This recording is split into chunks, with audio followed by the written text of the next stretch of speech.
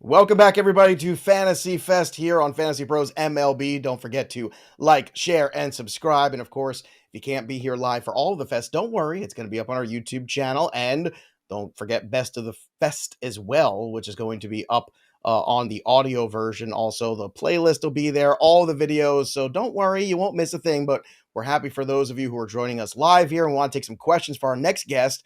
He is the one, the only Frank Stampfl, and Frank is a Yankee fan. So today is a harder day for Frank with the Gerrit Cole news. We'll try to take it easy on you, buddy. You can follow him on X at roto_Frank. I want to get to a question here from the chat from Kevin McGowan 316. And 316, by the way, coming up soon for those who celebrate, like me. Does the Cole injury push the Yankees to sign Snell or Montgomery? That's what I'm going to hit you with here, Frank. What do you think? I think something needs to happen because they traded for Juan Soto, and this season cannot go to waste. So they either have to sign a Blake Snell, trade for Dylan Cease. I don't think the Jordan Montgomery thing is going to happen. They traded him away a few years ago, and it sounds like things may have soured behind the scenes there. So I don't think Montgomery is an option for the Yankees, but paying up 1 year, $30 million for Blake Snell or trading a bunch of prospects to get Dylan Cease, I think that's much more likely. Certainly does. Welsh, Frank makes a good point there about Jordan Montgomery. Maybe that's not the way the Yankees are going to go because maybe that bridge has already been burned. Blake Snell would be another interesting guy to add to this clubhouse, which we've already talked about is not your prototypical Yankee clubhouse. Cease also rumors abound there. But to Frank's point, when you trade for Soto, you're all in. The Yankees can't rest on their laurels here if Cole's going to miss a month, two, or even potentially the whole season. I think it's Snell or bust. I when I heard like the news that when they got pushed, I was like, oh, this is not going to be good. I thought that what they would do is be strategic, use some strategery on this, where they would announce the injury while also being like, we have Snell, here you go. And they would kind of mask it. I still think a move is going to happen in the next 24 hours so all the papers can stop talking about it. But then we did get the Cease rumors. Here's the only thing I'll say about Cease. 2 years of control and the prospect package that was being thrown out there, I think it's fine. You were looking at, there's a couple different players, like the Rangers prospect package had like Ezekiel Duran, and I don't think that was going to be anything crazy. If they don't have to move Spencer Jones, I think whatever they have to do makes sense. He would be great because the money and financially is just not an issue. They have to get one of those two, and I feel 99% Dylan Cease or Blake Snell will be a Yankee. I mean, I kind of want to say like in the next 24 hours, but I think both Welsh. You look at the rest of this rotation, it's Stroman, it's Rodon, it's Nestor Cortez. I mean, I had some skepticism about the Yankees being favorites of this division anyway. Sorry, Frank, earmuffs. I know this is tough. I see Larry Cardozo, our good friend Larry, in the chat. How'd you guys drop a Cole in your SP ranks for those of you just joining us? I've got him at 50. Welsh, you're in the 40s right now. I did the initial. Yeah, everybody, by the way, played Price is Right with me. I set the bar behind the scenes, and everyone's like, oh you're 43. God. Now I'm 44, 45. But yes, I'm at like 40. You're so precious. Or something. You're so Frank, how about you? Where have you dropped him in your ranks? Lower. Yeah, he's going to be outside the top 50 starting pitchers. I'm just really pessimistic. Maybe it's the Yankee fandom in me. I just don't see that. Oh, yeah, because Yankee fans should be so pessimistic because nothing's ever gone their way their whole lives. But Frank, let me ask you. It has not gone well the past couple of years, right? Like injury after injury. Partially, it's them kind of doing it. Frank, I love you. You're my friend, but I'm a Mets fan. Don't talk to me about how things have not gone your way. My season's already over and hasn't even started yet. Okay, Frank, go ahead, Welsh. I'm with the scary stuff. I just laid, I think, a lot of the pessimism early in the last segment about Gerrit Cole. I'm with it, and he's going to be like a no-go for me. But do you think, if somebody wants to get their hands wet a little bit with this, a little dirty, that you can do it probably easier in like 10-man leagues? But my marker is you have to have 3 starting pitchers before you consider it. That's not me, but if somebody wants to get into bed with Gerrit Cole, figuratively here, don't you think you have to have at least 3 SPs and then you can take that risk? Or do you think it has to be deeper? You're like that, you burnt off of this. I think at least 3 for sure. And I think it depends on which pitchers you already drafted too. If you drafted Tyler Glasnow or Chris Sale or Carlos Rodon earlier, you probably don't want to take on additional injury risk. So at least 3 starting pitchers, maybe 4, kind of thinking through this. I think when people see Kodai Senga go off draft boards now, which, people are still going to draft Senga and stash him, I think that'll kind of be a light bulb will go off and people will say, all right, Senga's gone. maybe now is the time when I start to look at Gerrit Cole in drafts. All right, let's start to look at the breakout hitters for 2024. And as I told you all, if you subscribe to our Fantasy Bros MLB channel, you drop your comments below, you could win a 1-year free premium upgrade right here to the best tools on the planet. If you want a chance to go premium for a year for free at Fantasy Pros, use all the draft software, use all the high-end My Playbook tools. All you have to do, again, subscribe right now to the channel, comment on this video, any video. That's it. That's all you got to do. We'll be announcing a winner right here on this channel, so make sure you turn on those notifications, ring that bell till it goes ding, so you can be alerted when new episodes are up and you can claim your prize. All right, here we go. Frank Stampfl, let's talk about some potential breakouts. Let's start with Oneil Cruz, a player that's looked really good so far this spring, one of Welsh's favorite things and one of yours as well. Yeah, I was going to say, if you just want to throw this one to the Welsh and he can handle it. No, I'm sick of him. I see him all the time. Frank got it. Frank got to, I saw the name on there and I was like, oh, that was so nice that Joe just put Oneil Cruz there for me. And then I was like, wait a minute. This is under Frank's name? This is ridiculous. But no, if someone else should be spouting Oneil Cruz besides me, Frank. So please go. Yeah, so I think you give him a mulligan for last year. He suffered that gruesome leg injury early in the season, missed the majority of the year. As you mentioned, he's looked like his hulking self here in spring training so far. He's 7 for 24, hitting .292. He's got 5 homers, 1 stolen base, a 21% strikeout rate, posting crazy exit velocities already. I think if he could just keep that strikeout rate under 30%, it doesn't even have to be a good strikeout rate. If it's like 25 to 28%, I think that's totally manageable. 30 plus home runs, 20 plus steals. I wonder if maybe he doesn't run as much coming off the leg injury from last year, but even with that, I think we'll get tons of power, good amounts of speed as well. Keeps that batting average, keeps that strikeout rate down. Then I think the batting average is probably in the 250 to 260 range, which again would totally pay off where he's being drafted right now, which is 40 picks past Elly De La Cruz. I know a lot of people make the comp. Elly De La Cruz's upside is higher. I think most people would agree on that. But should they really be going 40 picks apart in ADP? That's where I like to buy the discount on Oneil Cruz. I don't draft Elly De La Cruz because I know that I can get Oneil Cruz 40 picks later. And if he hits this upside, I think we're talking about drafting him in the top 2 rounds next season.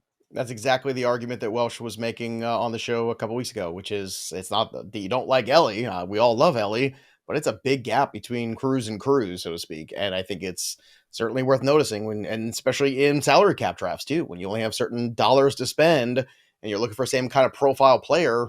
Oneil's going to come cheaper than Elly. All right, let's get to one of your breakout hitters. Welsh, who do you have for the people? Yeah, by the way, I have a DC I did where I drafted Elly and Oneil Cruz. It's going to be the most fun. But I failed because everybody told me I was required to draft Brian De La Cruz. Did you change the team name to Booze Cruz? Because I think you did. If I had got Brian De La Cruz, I would have. All right, so because I couldn't take Oneil Cruz, there are a couple different options here, especially when we're talking about breakouts. One that I was sitting on, I really love Tristan Casas. I think he just like a homer today. I think he can make a big jump, but I almost felt like it didn't quite qualify on the breakout. So the player that I'm going to be pinpointing, and I've talked a decent amount about, is Riley Green. Riley Green, kind of like Oneil Cruz, has had his season cut a bit due to injuries. Last year, he had increases kind of across the board. Hard hit rate was right over 47%. He was able to cut his strikeout rate up.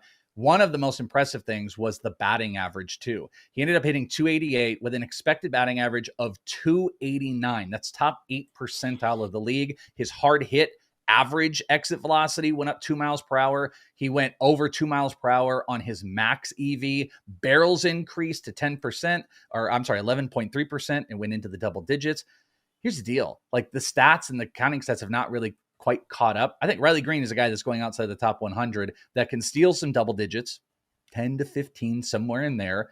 But I think he can also push 25 homers, and he's going to be at the middle of that lineup. Tigers are kind of sneaky in some respect. I think Riley Green is a player that is ready for the big breakout. We might be talking about him as a top 50 player overall next season. We'll see, how far that goes. But I think every element of his hitting profile is trending in a direction. As long as he stays healthy, he's going to be a much bigger premium outfield bat than I think a lot of people are giving him credit for.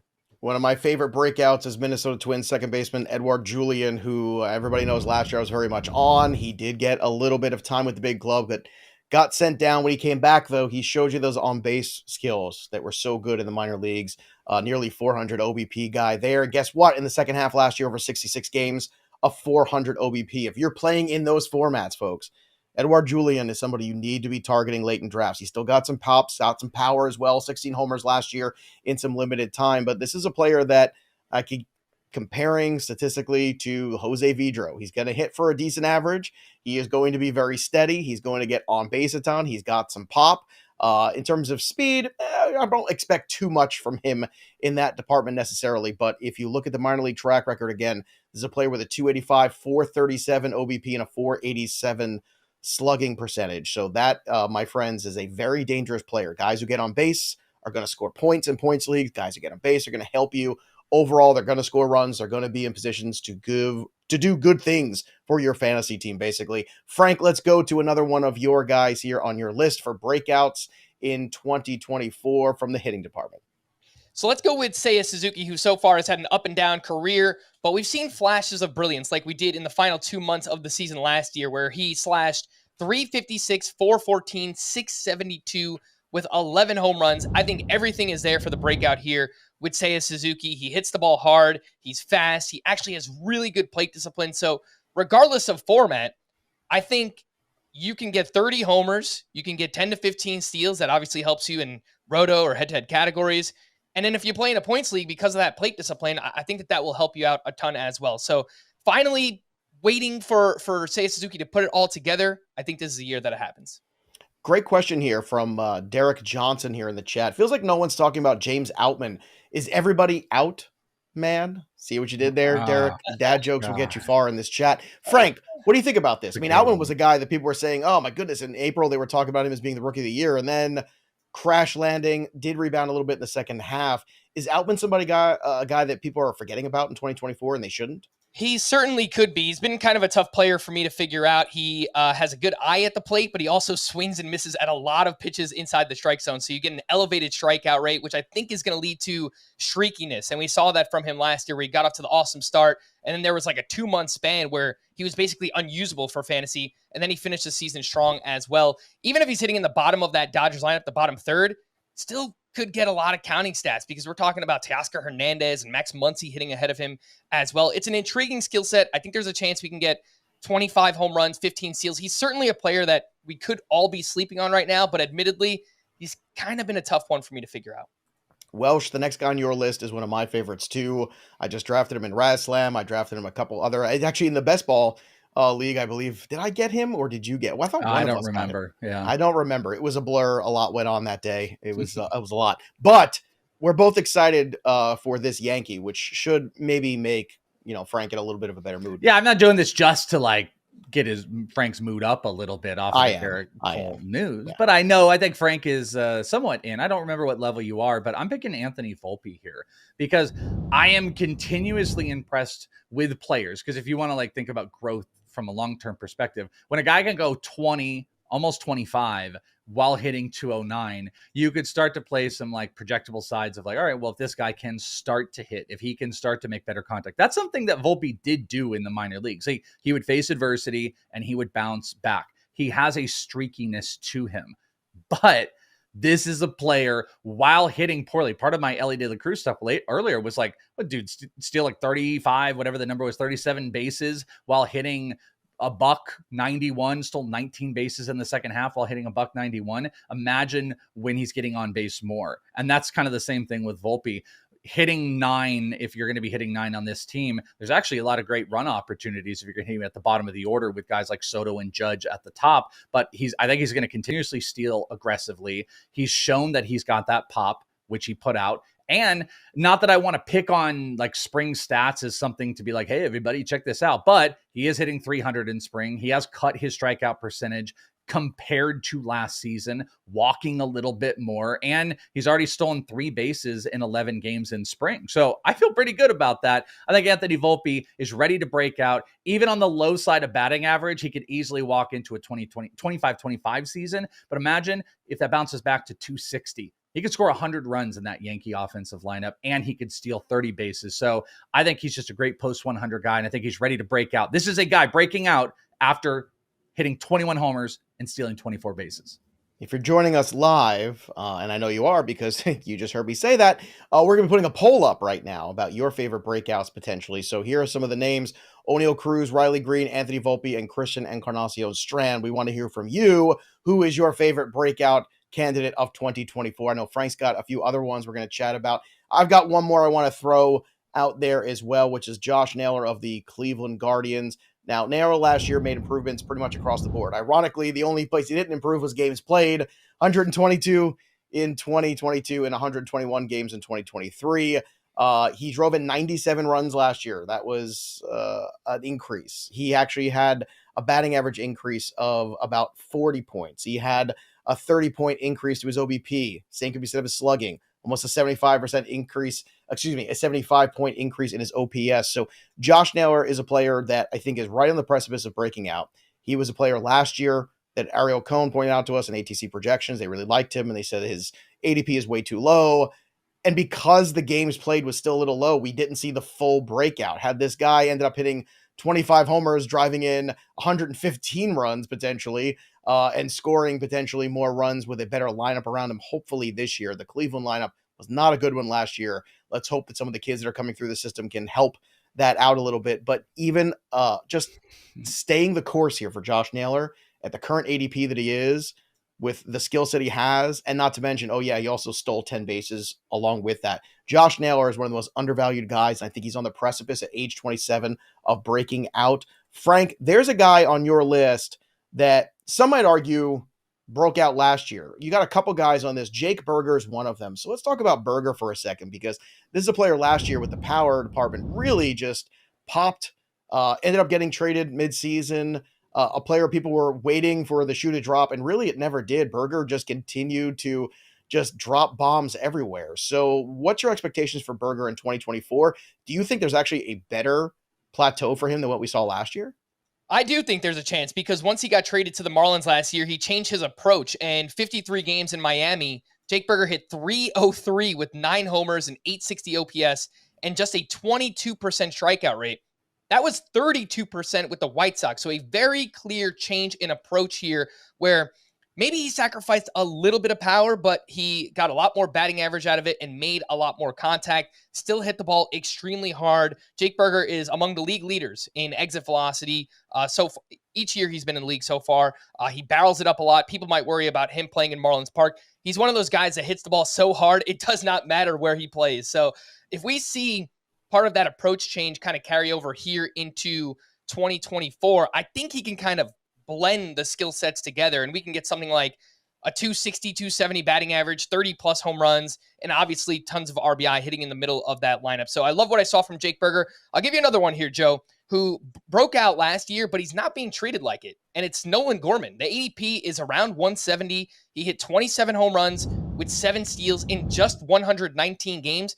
Feels a lot like a Max Muncy mold type of player, where it's good plate discipline, big power. This is a former top prospect. The StatCast numbers back it up. A 498 expected slug. That was 87th percentile, 16.5% barrel rate, 97th percentile. He improved against left-handed pitching, so I think he's going to be an everyday player.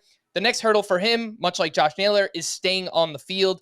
And I read an article this offseason, Nolan Gorman changed his nutrition in the hopes of lessening his back pain that he's dealt with throughout the course of his career. So 2 guys that broke out last year but are not being treated like it: Nolan Gorman and Jake Berger. As a 40-year-old, I understand that back pain. I'm also going to You just got to change your diet. Yeah, what is he eating differently where the back issues are better? I like the idea too that he's needed to work on hitting high fastballs. So it's like, hey, goes, what can I eat so I can hit a high fastball? 95 plus. What would be the dietary restrictions? I eat Fruit Loops and I hit dingers. That's what I do. Yeah, I want to point out one guy on this list too is on my list, and I love it, is Jarren Duran. I've been talking a ton about him. He's a guy that, again, you want to get into the breakout side of it. Like, where did he go? I think he's going to steal maybe 40 bases this year. I think 1530 is locked in. Good hard hit numbers, 46% this past year, an expected batting average that was in the 270s, and he might have opportunities to hit higher in the lineup. You picked him. I've picked him. I love Jarren Duran on this breakout list. Let's get to some more questions here from the chat. Again, if you've got questions, drop them in here. And don't forget, if you do and you subscribe to Fantasy Pros MLB and you ring the bell and you follow all the rules, you can win a 1-year free premium upgrade to all of the tools of your Fantasy Pros. Again, that's a huge value, and you get it for free just for asking questions. Howie the Master. In a keeper league, would you trade a $4 Royce Lewis for a $14 Austin Riley? Welsh, would you do that? I don't think I would. I mean, after Steve Gardner comes on and goes, he's gonna be gonna the win MVP. MVP? What are you talking about? Yes, I would. Unfortunately, I would. I don't think Royce is gonna win MVP. I like Royce a lot, but I love Austin Riley. Austin Riley, like Rafael Devers, I think is one of those players that gets not enough credit for how great he is because he's kind of boring. Boring, only hitting 35 plus homers, 100. I think Riley's in maybe one of the best offenses in baseball. So I think Riley is just cheap enough there that the gap in price doesn't really matter.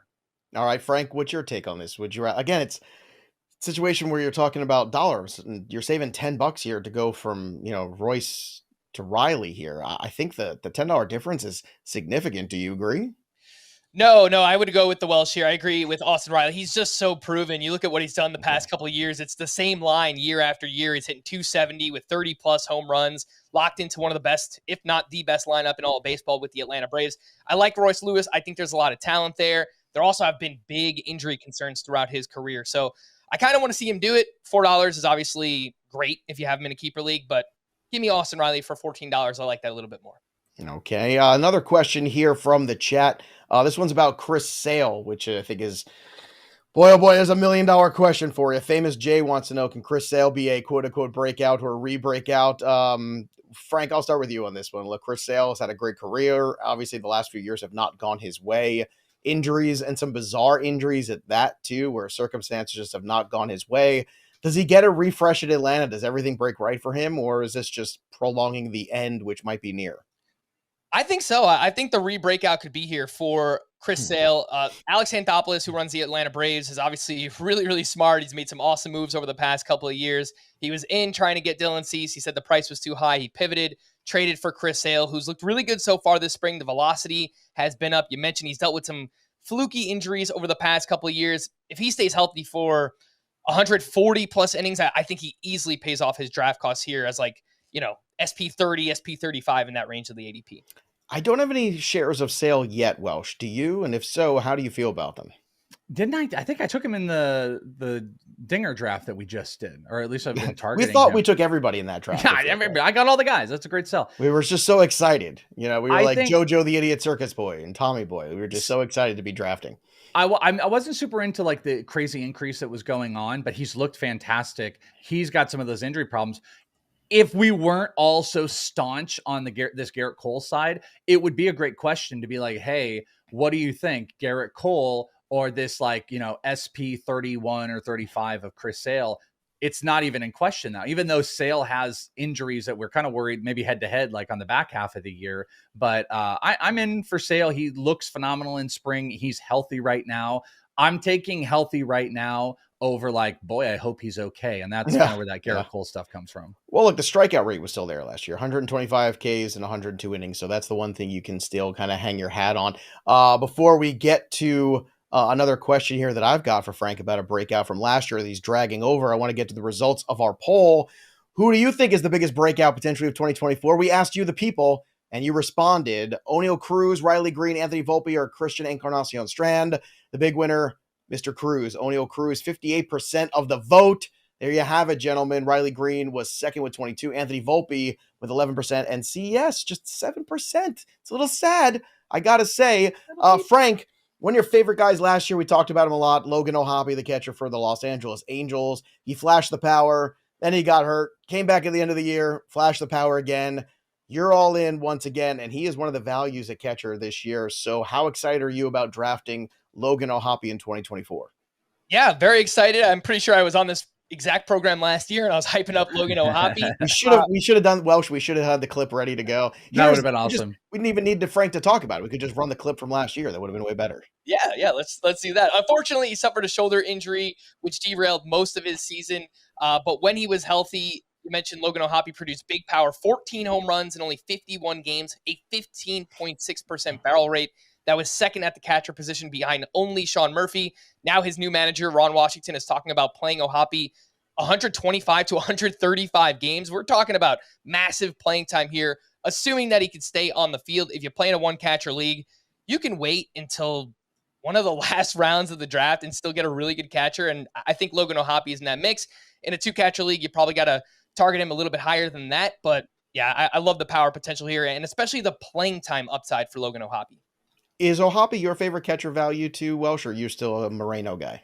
No, I'm still Moreno. Moreno's my number one. It doesn't show up in a lot of people top 10. It is a total homer, but you know what? Might have the best batting average of every single catcher. He's going to hit 15 to 20 homers this year. RBIs, he's been hitting 3 in spring. I think he's going to be hitting a lot of 3 this year. This team he is actually one of the life force. Corbin Carroll is the superstar. He's one of the life force. They love him on this team. I think Gabby Moreno is at the tippy top, but Mitch Garver and Logan O'Hoppe are my next 2 favorites when not taking a top 8 catcher, which you should do. Frank Stampfl, you're one of our favorites. You can follow him on X at roto_Frank. Check him out at CBS. His cohort's going to join us later. Chris Towers coming up. But first, before that happens, we're going to talk some prospects. So whether you're playing in redraft leagues or you are in Dynasty Central, we're going to have you all hooked up here because Eric Cross, the man from the Black Book who does all the prospects, the man from FTN Fantasy and Rollerball, is going to join us here to talk some prospects with the Welsh. I'll try to get a word in edgewise between the two of them. We're talking about young players. No promises, but don't go anywhere. Stay with us. Don't forget to subscribe to Fantasy Pros MLB. Drop your comments below because when you do, more free stuff's going to be given away right here on the program. So don't go anywhere. We return Eric Cross and the youth market right here on Fantasy Pros. Love you, Frank.